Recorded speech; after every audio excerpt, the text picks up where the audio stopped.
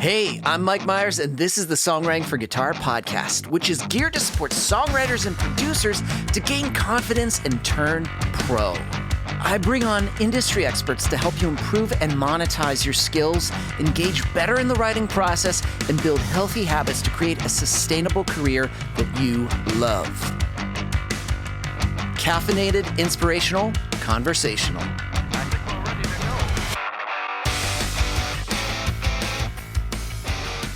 Hey, what's up, my friends? Mike Myers here with the Songwriting for Guitar podcast, episode 117, Emily Belue, Creative Sync Manager at Capital CMG. Oh my goodness, sync. How many times can I say the word sync? It's a buzzword right now in songwriting. Compared to where it was 5 years ago, right now, songwriters are inundated with opportunities for licensing and inundated with ads on Instagram, Facebook, TikTok, wherever it is for a sync program. This is this, you got to take this. This is, we'll help you get your music here, da-da-da-da. And here's the thing. A lot of those programs are fantastic, so no shade on any of them. At the same time, if you don't understand the industry, if you're not sure whether your music is a fit for sync licensing, or if you realize it might not be a fit, thinking, well, what do I need to create? You've got to listen to this interview because Emily is the perfect person to break it down because she has to deal with so much as the creative sync manager at Capital. She's going to help us gain more clarity on this entire industry so that by the end of this episode, you'll have a better idea. Does my music potentially have a chance to work for licensing? And if it doesn't, you will understand your next steps, regardless of what it is. So I want to dive into it right now. Episode 117, Emily Belue. Emily, thank you for being here. Even though caffeinated, it may be one cup in, I think it's going to be great. Yes. I think it's going to be amazing. What I want to talk about too, especially when we mention sync, it's the buzzword. It's the hot word of the last 5 years where people are like, sync. They get inundated with ads for courses about sync, or they hear like, I've heard about this and I feel like my song should work well for sync. Yet there's very little known about licensing or the idea that it's like a greater word of synchronization, music to TV and film. Yeah. The question for me is like, your role as a creative sync manager. First, how did you get into this? Like, how did you get into this role? I feel like there's got to be some steps along the way that happen.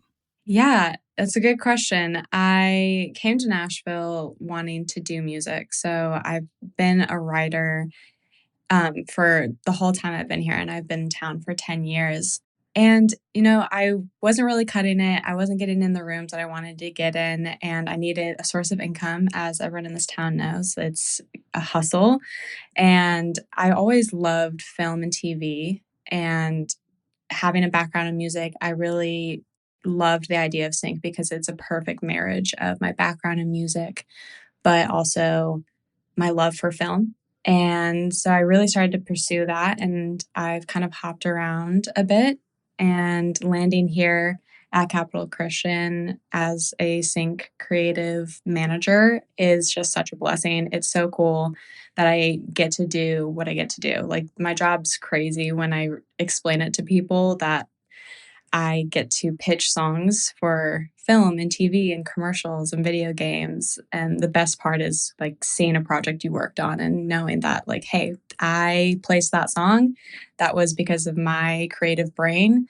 And someone on the other side of the computer agreed with me that it worked. Now, what I don't want to skip over, and I think this is an important part because I think there's so much in a mindset of that. You said you weren't getting in the right rooms. And to me, there's a point where it's like you made the choice to pivot to another area. And there's so many people that stay stuck that never pivot. How did you get to that point and be like, I have to make this move. I have to make this decision, where I feel so many get stuck in choosing not to pivot. And then that's where they get into the mindset of just like, oh, the industry's rigged. It's the worst. And it's just like they go into all that, kind of digging their heels in, where I'm like, oh, that's so smart to just make the pivot, because then suddenly traction that you desire and you want to see happens. Yeah, I think it's kind of twofold. Part of it was because I know myself well enough that I didn't have the self drive or motivation to put myself out there the way you have to these days. You have to have a social media presence. I'm horrible at social media. I also just don't love being on camera. So doing this is way out of my comfort zone. I'm so excited to be here, but, I knew that about myself, and so that made me also take a step back, but also I kind of just found a different passion. I love writing and I still do it as a hobby with some friends. I actually have a fun little like passion project that I'm working on right now. So it's not dead and gone. It's just more of a shift of priority and passion. And I find myself being way happier not putting my nose to the grindstone in something that I realistically know about myself isn't going to come to fruition. And I'm just a happier person because of that. I love that you still do it too. Like, it's just still part of the Mhm. process. Like, you still treat it, you still like, for me, I love pop punk, yet I know in saying it's not always like people are like, "I want pop punk all the time." So it's like, Right. I still It's allow pretty specific. myself to live in that land and still produce things and do things that I enjoy, and because I realized if I didn't do that, the other side would kind of suffer a little bit. So I like how you still give yourself the outlet because I think some people think it's cutting it. Like you have to like do this like this clean cut and like it's gone forever. And I'm like, no, it doesn't have to be.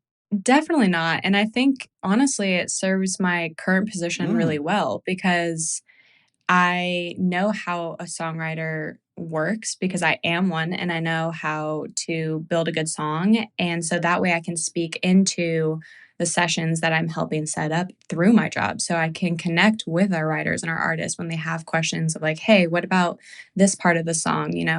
I'm not just looking at it from a sync creative point of view, but also as a fellow songwriter. I think it helps in my current job. it's an extension. That's interesting because there's Hmm. a book I love. It's called The Gap and the Gain.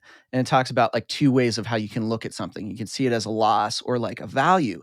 And to me, Yeah. that's a gain because you're saying, oh no, like all the knowledge that I picked up and everything that I've done has helped me inform to be even better at my job. Yeah. And I'm like, "Oh, that is so smart." You don't see it as like, "Oh, if only I made the switch years ago, I could've," but no, this is helping me Yeah. inform and look for great partnerships because if those partnerships do well, those songs do well. If those songs do well, Yeah. I can get those songs into shows, I can match them up, and that helps my job. Yeah, definitely.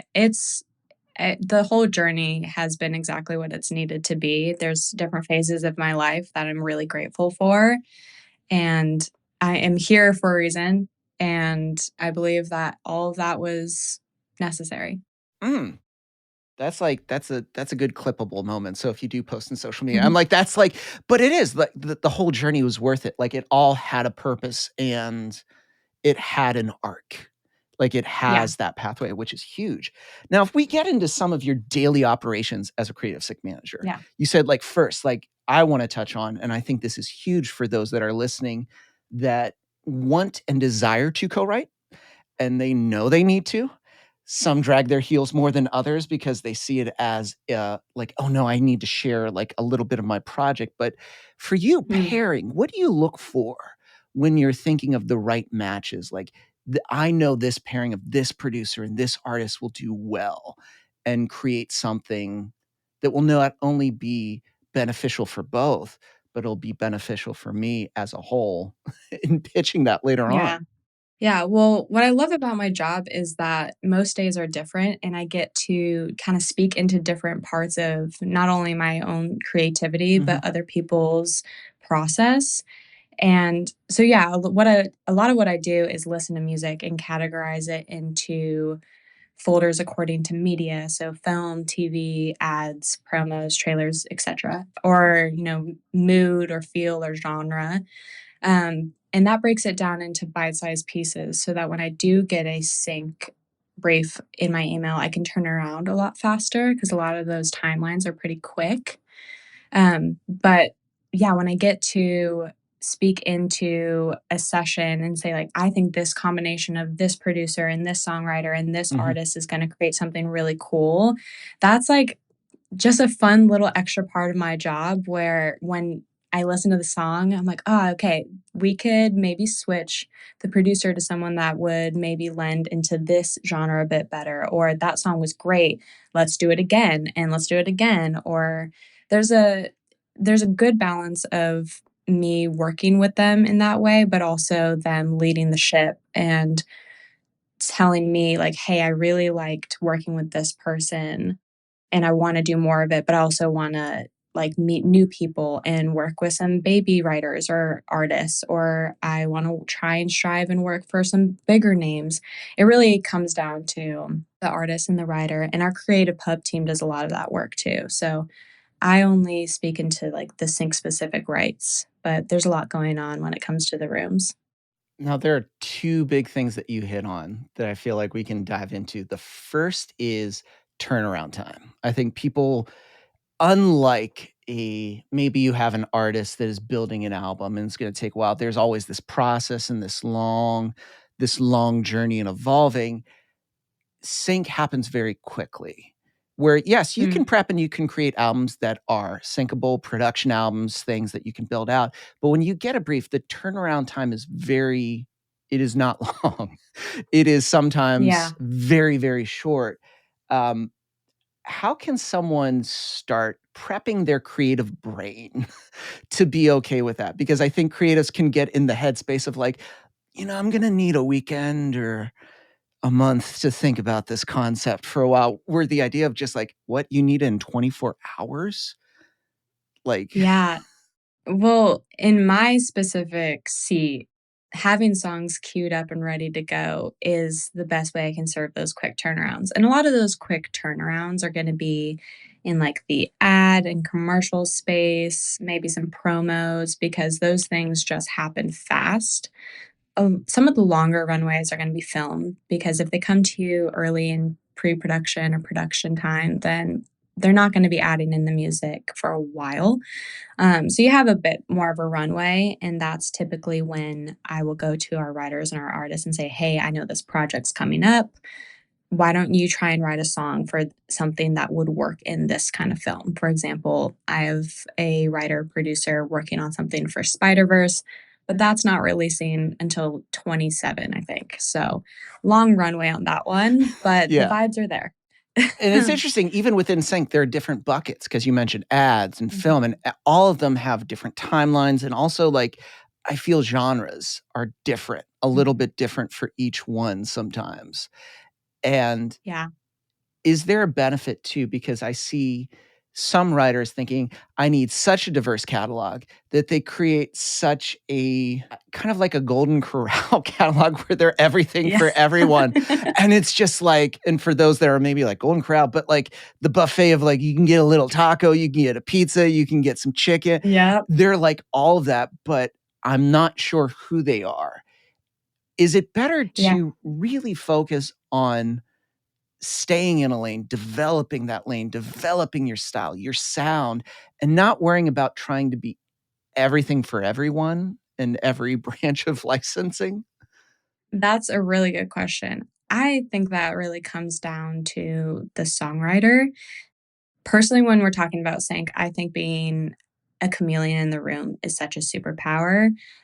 Um, and when you do that, you have the chance to be in a bunch of different rooms and have a lot of different partnerships with other writers and artists. You can kind of just be thrown around because you can be a jack of all trades. But if you do that, you may not be the first person someone thinks of when they want a specific genre, sound, or vibe, like you're saying. If you want more of a signature sound and be the person someone thinks of when they hear inspirational pop or dark thriller, then maybe doing a signature sound and branding yourself that way is the way to go. I think there are pros and cons to both sides.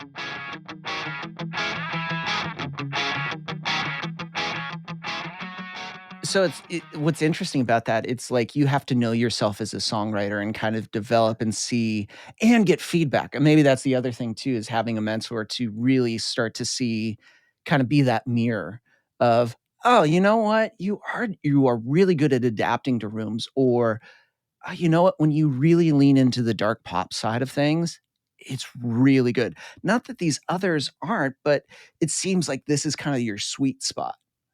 Yeah. Um, that's super fascinating because I do love those perspectives. Because as soon as you mentioned dark thriller and like cinema, I'm like, oh, I'm like, if we're talking about music licensing, I'm like, Tommy Profit is like a producer that I'm like just crushes everything that's like hybrid orchestral and dark and just like and Yeah. does it so fluidly.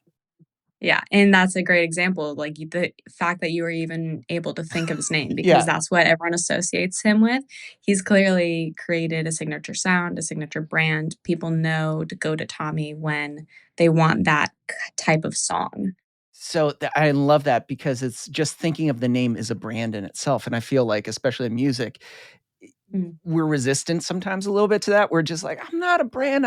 It's like, no, you are a person, but a brand can be the experience that you create for your collaborators and the sound and everything that you're putting out. It's all under that. So if you want to say brand, that's kind of what you are a little yeah, bit. And yeah, there's sometimes a little resistance to that because yeah. people don't want to muddy, oh, it's creativity.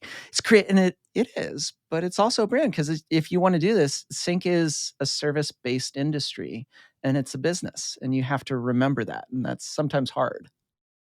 Yeah, and I think there's space for both of the things. I think there's space for people that want to go full in on the social media branding and creating this idea of themselves to the public, but there's also space for someone that just wants to write good songs and get sync placements. When you're talking about how important a brand is, then I would say the good rule of thumb is the bigger the budget or the fee for the placement, the more likelihood the production is going to want to have a brand or a social media presence from the artist that Mm, aligns.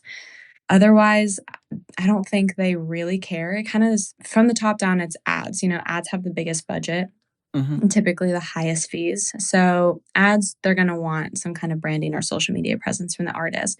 But when you trickle down to TV and film spots, I don't really think that they care a whole lot about branding unless it's a very specific moment and, like, clearly the director is wanting the audience to think of something, want to evoke some response or image in their head.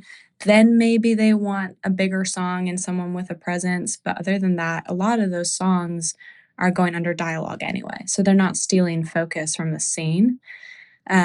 So branding isn't super important across the board for sync, really just for those bigger budget and fee placements. What's interesting, and I hope as people are listening, they're realizing just the word sync, there's so many nuances to it. So, like what you described there, like there's probably not as much when it comes to like Teen Mom 2. It's just like because there's like 13, 14 songs per Mm, episode. And it's like, cool. It's like you're gonna find a mishmash of things.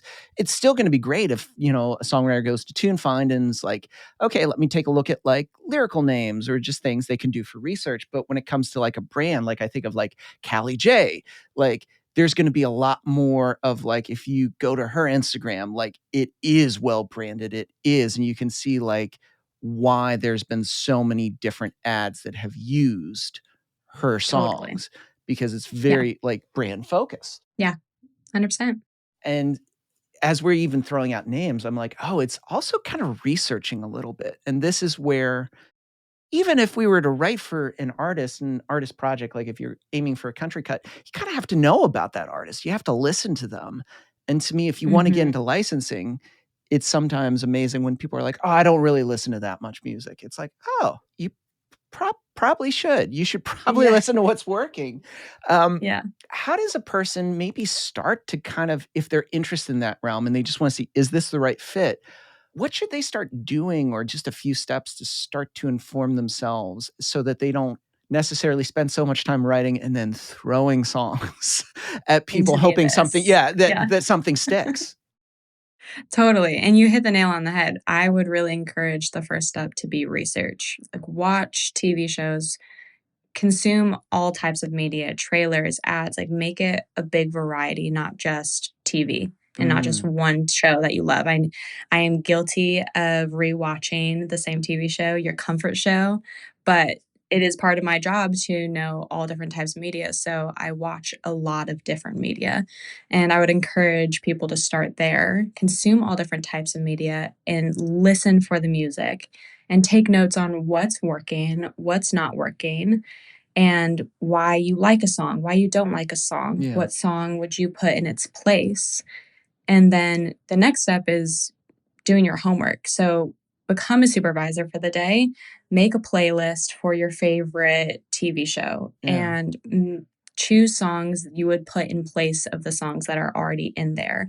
And I feel like switching your perspective into kind of what the supervisor would look for will also hone your craft as a writer or as an artist, because now you're looking at the point of view of someone that's trying to place the song in the show. And do it for all different types. Do it for shows, do it for movies, do it for ads. Make playlists and be your own supervisor. For songwriters, we do that in our writing. We switch perspectives. We think like, oh, I'm going to be Mm, the first person. So the idea of like, I love that, be the supervisor instead. Cool. You think that you can curate a great playlist for Wednesday. Awesome. yeah. I want you to go create it and then pull up an episode, mute it, and then start playing it and see if it works. Because it's interesting. We do consume a lot of media. If you really think about it, the things that we either watch, we hear in YouTube ads, they're web only ads, or we see on regular network television, we are inundated with a lot of music. Yet, if we don't pay attention to it, it is noise. But if you start to look at, oh, it's interesting, pharmaceutical ads tend to use this, Yeah. or oh my god, I listened to this and I saw that Netflix used all of this or this particular style. It does give you a metric or just a little bit of a blueprint to start going at it. Because I guess my next thought is if somebody's like, oh man, I've got all these songs that are perfect for such and such show. I'm going to throw them all into an email. I'm going to attach all the MP3s. I'm going to send them and spam them before someone maybe jumps the gun and it's like, I'm going Yeah. to inundate, all these I'm just going to do all these cold reaches. What is a smarter way to assess whether this is going to work and I should reach out, or should I pursue a different avenue before reaching out in a cold email? When it comes to cold emails, you have to remember that supervisors are receiving so much music and so many emails. I mean, I send them a certain amount of songs, but I'm only one person at one company. Imagine every single publisher or the people that they have a relationship with, the supervisor has a relationship with, reaching out to all these people. Everyone's sending music, and those are the companies. So if you're talking about people that are doing it independently, you really have to punch with the big dogs. You have to be notating your emails in a certain way that's going to catch their attention. And for the love of God, please make sure that your links work. Make sure their links do not attach the music to the email. They're not going to download anything that way. They're not going to work most of the time because the attachment is too big. We're not going to get into computer technicality, but That's just the big thing. It's like, please do not attach your file. Cause I still get yeah, that where people are like, here's an attached file. And I'm like, no, it's because it also gets marked as like possible virus, do not download. And it's like, there's so many, right. there's already enough walls between you and the supervisor. Don't add intentional, Don't like create other them. walls yourself on top of Don't that. create them. Yeah. A funny story some about that is I received a thumb drive one time of someone's music, and it was very sweet. I really did wanna listen to them, but it just goes to show, like, I'm not gonna put that in my computer, there might be a virus. So you really wanna set yourself up for success. Like, we work in disco. If you have a disco, awesome. If you don't, I really encourage it. It's gonna be the most efficient way because when supervisors get a disco link, they're gonna download those songs to their disco, and then your songs are gonna live in their disco. So a lot of the times, supervisors start in their own disco playlists. Yeah. So when they're searching for different tags or mood, feel, genre, what have you, Yeah. um, they're going to look at what they already have. And then if they can't find something in their own playlists, that's when the search begins. That's when they're going to start reaching out and Mhm. taking submissions from anyone. So make sure that your music is downloadable. And Disco, I really recommend using it. That's what a lot of supervisors use. I think it's adorable that somebody gave you a thumb drive. And it's like that. It It's is really real. It's cute. so sweet because I I'm can. not going to give away the age of the person. You could probably guess, but It's adorable because it's like, oh, that it was probably personalized and they tried to make it like more yeah, like branded to themselves. But it's kind of like walking in the street and somebody running up with a fork and a piece of food on it. It's like, I have this for yeah. you. It's like, I'm not necessarily going to eat it because I don't know I don't you. know what's in it. I Yeah. just, I don't know you personally. I don't know what's in it. it's adorable, but Yeah. it's interesting because yeah, it's you have to understand the ways in which they are listening and consuming and what is going to be easy. I think that's the thing too, is what's going to be easiest for them and not a Yeah. roadblock between you and your song. Yeah. Definitely. You want to make their job as easy as possible. Otherwise, they're going to find a reason to skip over it. The one thing too about the song, and I feel like this is a big myth about licensing, that it's not a throwaway song. Like it has to be a really good song. It can't Mhm. be a song that's like, it's okay. Like, I wouldn't give it to an artist, but I think it could be used for this show. Let's put it in this movie. The Yeah. bar and the standard is so high. Yeah. The standard is so high, and you have to remember if you think your throwaway song is going to compete with someone's intentionally created sync song, you're going to lose every time. That's a grammable moment because I'm like, it hits, but it's true. It's like it can't be throwaway. And I Yeah. maybe it's because they desire an opportunity, but it's just sometimes when I hear songs, I'm like, oh, you can tell that they were thinking like, oh, this is, they say syncy, like, and what you're Mhm. talking about, it's like, it's a team. It's like a producer that understands broadcast quality. It's an artist and a top lighter that has a tailored voice that dials into the exact emotion and the thing we want to feel. It's a Yeah. lyricist that's also understanding we can't write things that are cheesy and just the most cliched. It still has to connect, and it also has to not be so descriptive of the scene because it's also licensing and we need it to just work. There's nuances to each one of those So many roles. nuances. And that means building a team. And if you're doing it on your own and you think you do everything well, there's some gaps. You can't do it on your own. Yeah, I know a lot of people that do it independently and do it well, but it is a hustle. Yeah. It takes a lot of time and a lot of networking to know the right people. I think having a team behind you is super important. If nothing else, then just to have people in your corner helping you fight your battles, helping the more lines you have in the water, the more likelihood you're going to get a bite. And that's people in your corner helping you get into rooms you may not have been in before, Mhm. or meeting a supervisor and making that connection you didn't have before, or even simply just speaking into your creativity and helping you with direction, giving you notes on songs. Having a team behind you is such a benefit, but also mad respect to the people that are doing it independently. It's so hard out there. Mhm. And you just have to remember to celebrate the small wins. Otherwise, you will burn out. I have to remind myself that that every single day. But just keep going, be true to yourself, be genuine to your art, and the right people and the right team will bring themselves along for the ride. I think that's huge right there. You said celebrate the wins because again, that's a gap in the game kind of mindset. It's interesting that you're kind of hitting on that, but Mhm. it's like you have to because if you don't, it'll seem like everything will seem like a struggle. Everything will be a struggle, and it just seems Definitely. like you're never closer Yeah. to it. But when you celebrate the wins, you realize, oh, those are wins that I didn't have maybe like a year ago. So I am making progress and I'm Mhm. moving. It's just that now my standards have changed a little bit, but I have to acknowledge when I have Totally. growth, when I'm doing things, and acknowledging others' growth. Like if you have a team, if somebody gets a placement, some can view it as, well, I didn't get it. It's like, or they got Mhm. it and they're doing things that you're doing too. So the likelihood of you getting one is like, it's relatively high. So it's just like, there's plenty. There's not scarcity. It just means Yeah. you just have to work a little bit differently sometimes. You have to pivot. You have to build that team. As you said, you have to have a couple. The more lines you have in the water, the more likely you are going to strike some things. But if you're doing it yourself and you have that one line, it is going to be trickier, not impossible.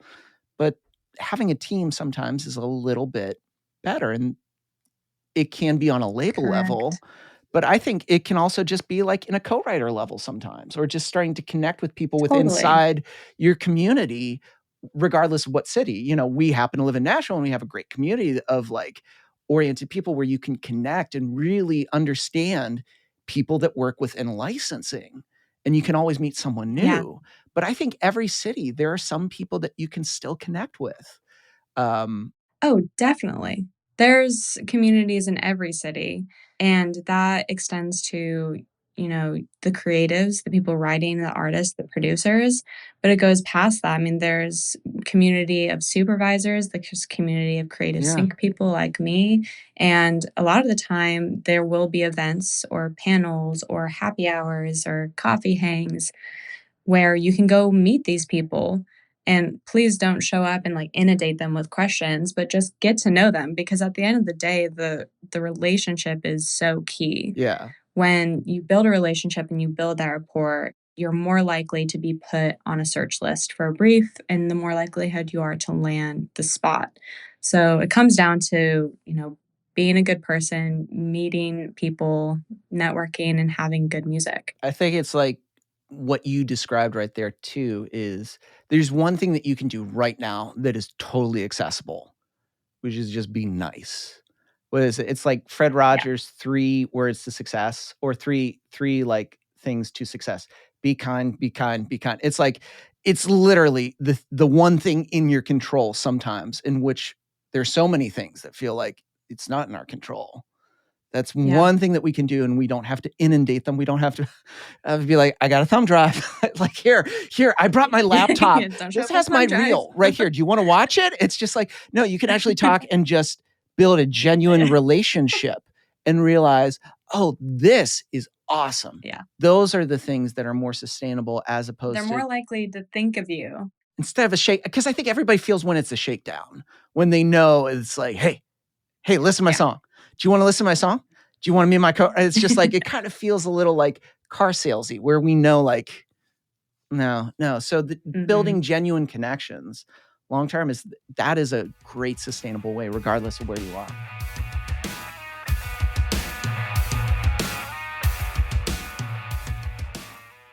All right. I have a favor I need to ask you. I know, here we are at the end. I'm like, I got a favor. The favor is, could you leave us a review on Apple Podcasts?